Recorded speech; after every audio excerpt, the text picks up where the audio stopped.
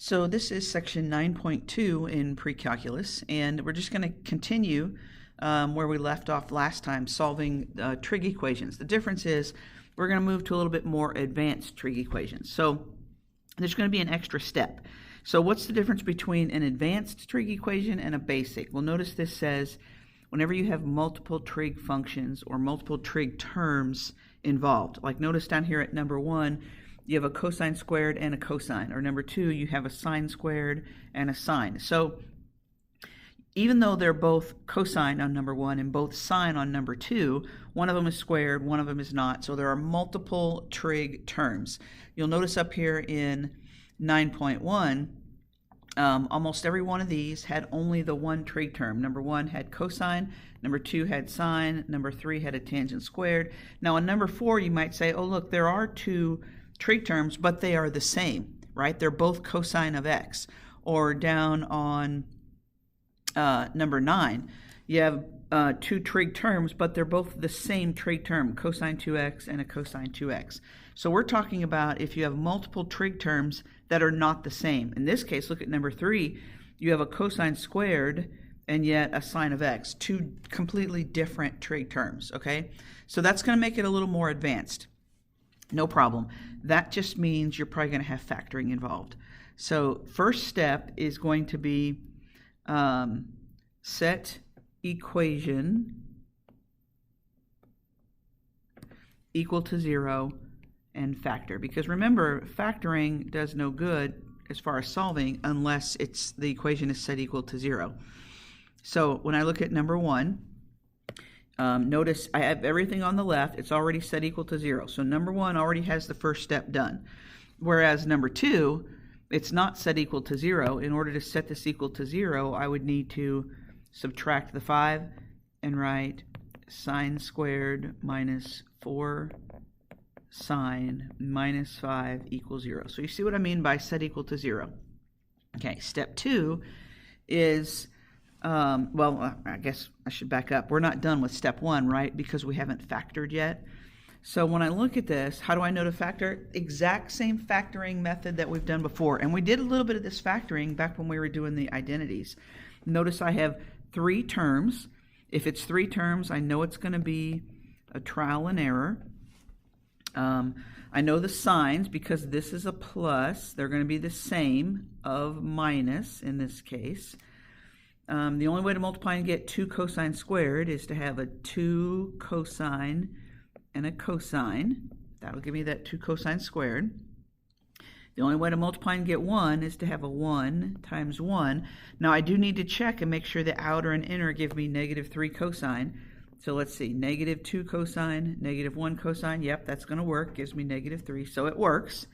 Okay, so now step 2, just like anytime we're solving by factoring, then you set each factor equal to 0. So let's look at this one, right? If 2 cosine minus 1 equals 0, doesn't that mean cosine would have to equal 1/2?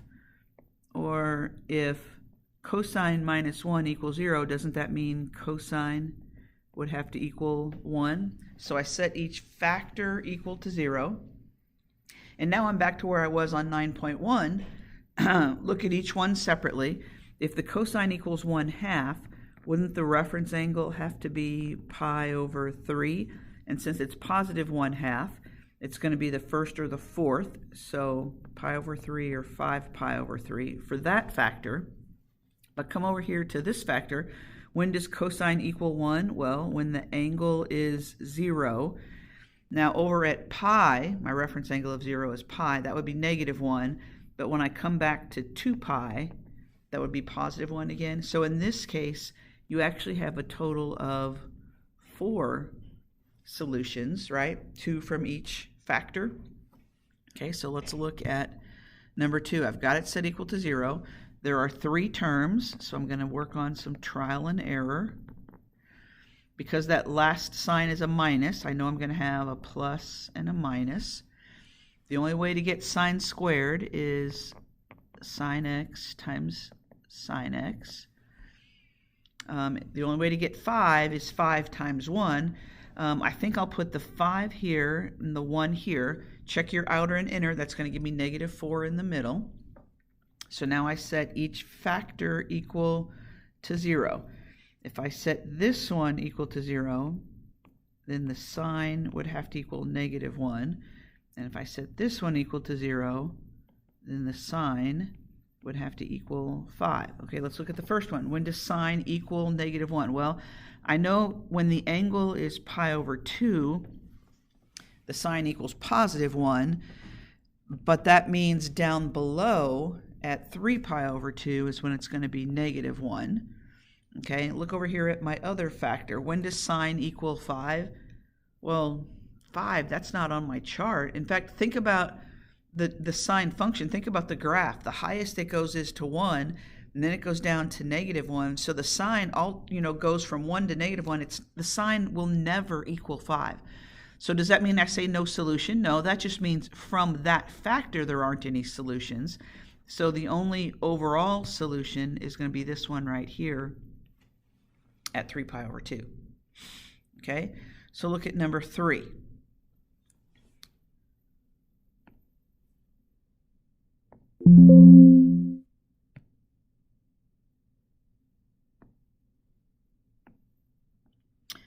So for number 3, it's already set equal to 0. Okay, great. But the problem is I can't really factor this because the squared term is cosine and the middle term is sine. I have to have either all cosine or all sine. So what that means is somehow I either have to change cosine squared into sine squared, or I have to change sine into cosine. I do have an identity, right? Remember identity number 6? Don't I know that cosine squared equals 1 minus sine squared? So in order to change this to be all in terms of sine, I'm going to replace this cosine squared with 1 minus sine squared. But keep in mind that cosine squared is being multiplied by 2. So 2, in place of cosine squared, I'm going to put 1 minus sine squared. I still have minus sine x minus 5 equals 0. So before I can factor, I need to clean this up. So I'm going to distribute my 2. So 2 minus 2 sine squared minus 7 sine minus 5. So I can combine the like terms, the +2 and the -5, but I think what I'm going to do is at the same time, I'll do that first. I don't want to confuse anybody. I'll do that first. So I actually have -2 sine squared minus 7 sine x. If I combine the 2 and the -5, that's going to be a -3 equals 0. Now, I could go ahead and factor, but personally, and you've heard me say this before when we practiced all of our factoring, I don't like factoring when my squared term is negative. I just think that people tend to make mistakes. It's possible, it's doable, but most people who do it, and when I say most, I mean 9 out of 10, make mistakes in their factoring. So in order to get rid of this negative out here in front, I'm just going to multiply all the way through by -1. If I do that, I'm going to have +2 sine squared, +7 sine, +3. I'm still multiplying by -1, but on the other side, if I multiply 0 by -1, I just get 0. Okay, now I'm ready to factor. Notice I have 3 terms, so that means I'm going to do trial and error. So trial and error. The last sign is a plus, so I know these are the same because of that first plus. They're the same of plus. In order to get 2 sine squared, I'm going to have a 2 sine x and a sine x. The only way to multiply and get 3 is 3 and 1, so I think I need to put the 3 here and the 1 here, because when you check it, outer is 6 sine, inner is 1 sine. That's going to work. It's going to give me 7 sine. Okay, so now we set each factor equal to 0.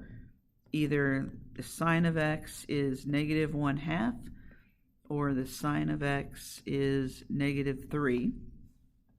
So I know the reference angle to get 1/2 has to be pi over 6. but because it's negative, we want the third and fourth